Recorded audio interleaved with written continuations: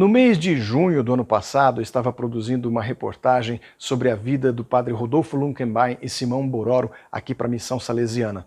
Na ocasião, eu fiz uma entrevista de uns 15 minutos com o padre Jorge Lachnitz para ele contar com detalhes como foi a vinda dele junto com o padre Rodolfo para o Brasil lá nos anos 50, final dos anos 50, início dos anos 60, e também como eram os primeiros anos dos missionários que vieram da Europa aqui na Inspetoria de Mato Grosso. O padre Jorge faleceu no último dia 20 de abril, aos 81 anos de idade, 62 de vida religiosa e 52 de sacerdócio. Exímio pianista, como missionário, abraçou com dedicação a causa indígena no Brasil, mais especificamente da etnia Chavante. Nesta entrevista, ele fala sobre um outro missionário salesiano, padre Rodolfo Lunkenbein, que foi assassinado por poceiros em 1976, quando era diretor da missão indígena de Meruri, em Mato Grosso, que atende aos indígenas da etnia Bororo. Padre Rodolfo e o indígena Simão Bororo agora podem ser reconhecidos pela Igreja Católica como mártires e, futuramente, também santos. O senhor é da turma do padre Rodolfo? Exatamente. Na verdade, eu estava terminando o noviciado, estávamos começando o retiro. E Rodolfo e os companheiros estavam chegando, fazendo o mesmo retiro para começar o noviciado. E apesar de estar proibido conversar, nós dois logo não nos conhecíamos. Logo começou o assunto missionário. E com isso começamos a articular, mas eu quero ir. O inspetor estava vindo para cá também. Se eu não for com ele, eles me vão azedar tudo. Então precisamos convencer o inspetor a me deixar fazer o noviciado no Brasil. E arquitetamos o ataque ao inspetor e ele conseguiu vir para o Brasil para fazer o noviciado aqui.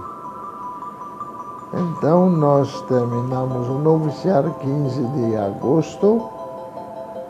Ele também terminou o retiro, eu fiz a profissão, férias com os parentes e aí pegamos a viagem para o Brasil. Mas antes de vir para o Brasil, ainda passamos na Itália, em Roma. Porque Roma, naqueles dias, estava em tumulto, que tinha falecido o Papa Pio XII. E no dia 25 de outubro, começou o conclave, o Conselho dos Cardeais, para escolher o Papa.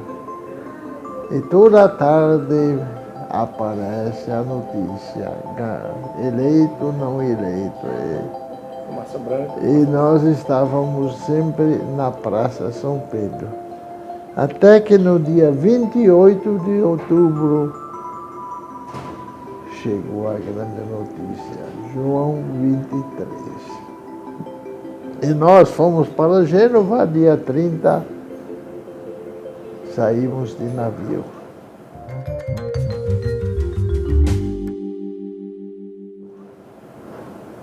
Como que era o padre Rodolfo, assim, pessoalmente? Como que era Para o Rodolfo era um tipo 1,92 m, disposto para tudo, brincando com tudo, não. Ele não tinha medo de fazer um esforço, não, ele topava tudo. Assim foi na viagem para cá. Mas quando depois estivemos, que ele foi para Pindamonhangaba para fazer noviciado e voltou. Então, um ano ainda trabalhei com ele na questão dos motores, da luz e tudo mais, tratores. Então, o Rodolfo topava qualquer trabalho. Ele era muito bem-humorado? Sim, sim. E Se quebrava o motor da luz, era durante a noite quando andava até as 10 horas. Então, parou, temos que consertar. Até as 4 da madrugada, às 5 horas, levantávamos com a comunidade. Rodolfo. Tempos difíceis. Tempos difíceis. Tempo difícil, mas um tempo amistoso com trabalhar com o Rodolfo e com isso imprimíamos também um clima aos colegas, não? Então, não ter medo de nada, topar tudo. Criávamos também abelhas e Rodolfo e eu estudávamos a abelha, depois criávamos. Tinha uma apiário com 40 caixas. E não sei se naquele tempo as abelhas eram diferentes, trabalhávamos de camiseta. E não eram picados? Não. Só num dia como hoje, por exemplo, as abelhas são... Aí já sabíamos, hoje não mexe com elas. Padre, o Padre Rodolfo, o amor que ele tinha pelos índios, o senhor aprendeu com ele, os dois aprenderam juntos, como é que surgiu? Na verdade, eu como era músico, sempre fiquei nas casas de formação. Já durante a assistência, depois fui para Cochipó e aí apareceu para mim a nova fronteira, as missões. Mas o Rodolfo já foi direto assistente nas missões em Meruri. Rodolfo era totalmente missionário. E eu depois caí nessa por ordem do superior. Que era quem, né? Pompeu. Geraldo Pompeu. Eu quero que você esteja sábado próximo em Sangradouro. E fiz um monte de porque e espero lá. Só que cheguei no domingo. Eu cheguei lá e eu falei sábado. Mas de uma maneira amistosa também.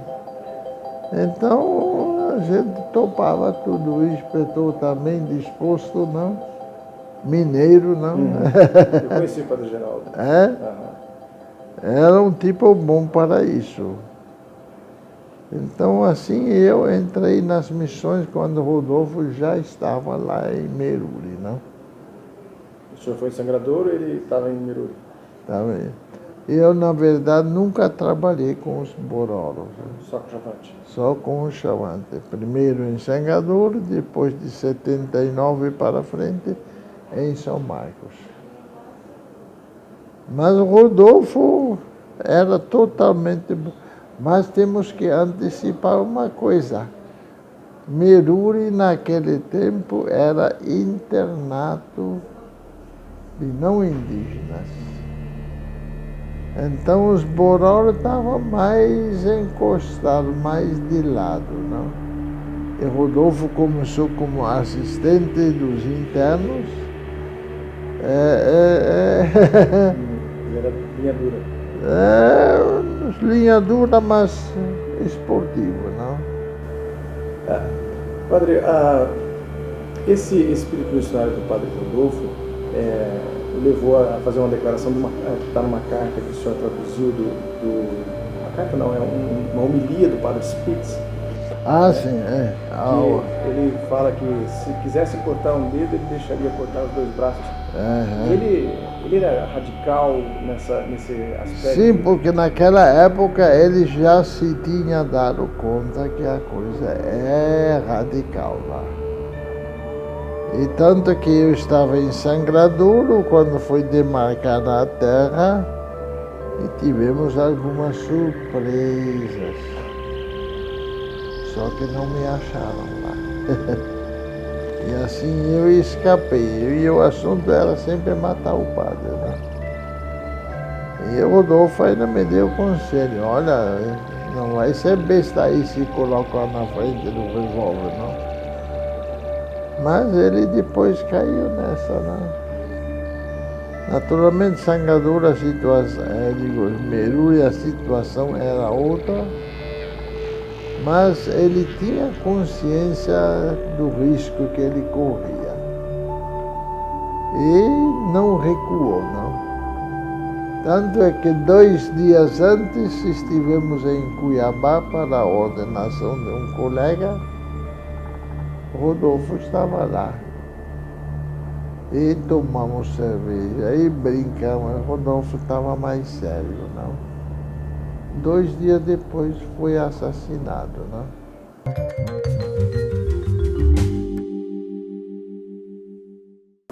Como é que o senhor vê, diante da fé, esse gesto do padre Rodolfo de morrer por essa causa, por esse povo? É que a gente, quando assume compromisso com o povo, a gente não pode mais recuar. Eu, com o Chavante, também tive situações, agora estou com eles e não volto atrás. E Rodolfo, em Meruri, de tantos anos que já estava lá, assumiu coerentemente o seu papel a favor do povo bororo, né?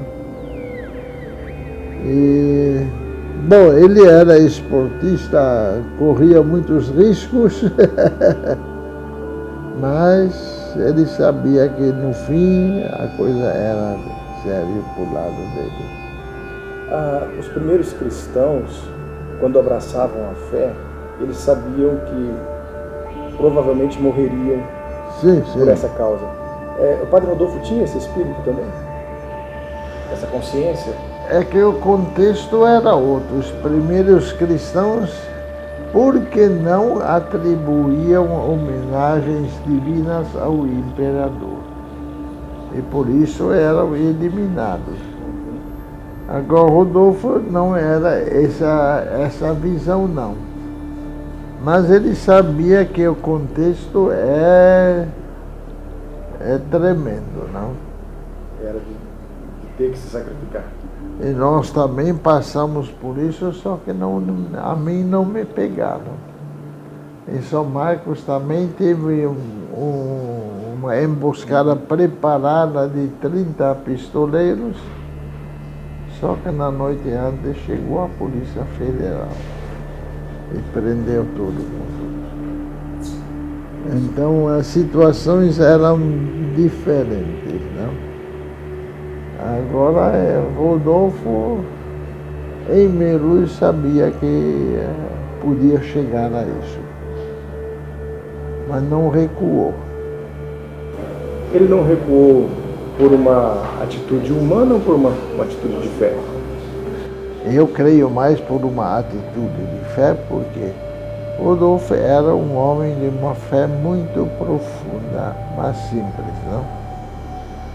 E a família da roça, não, eles têm aquela fé rude, não? E assim Rodolfo era um homem de fé, convencido e coerente, não? O senhor acredita na santidade dele?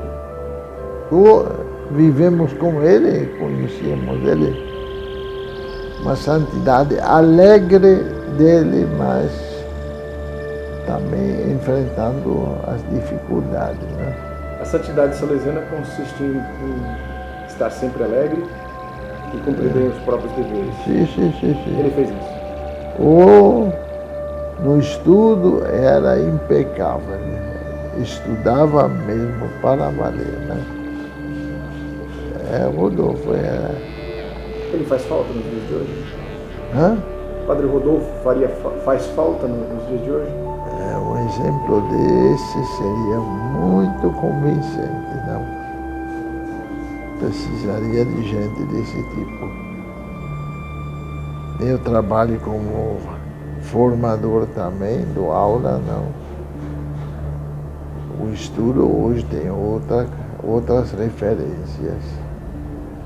Tem gente que a aula inteira com o celular ligado, etc. Que exemplo que o senhor acredita que possa ser mais importante como testemunho de vida do Padre Rodolfo para as novas gerações de salesianos? Bom, a primeira coisa que ele, diante de qualquer dificuldade, ele não entregava. Ele tinha um espírito, vamos ver como é que vamos resolver isso. E depois ele avançava. Isso já percebi eu quando íamos tirar, por exemplo, um enxame de abelhas na matinha. Sabíamos que podia as abelhas dizer, não recuávamos, não? Então, nisso aqui o Rodolfo tinha também essa convicção. E o que precisava para a comunidade, o Rodolfo não duvidava, colocava tudo a serviço da comunidade. Muito obrigado, Padre Jorge.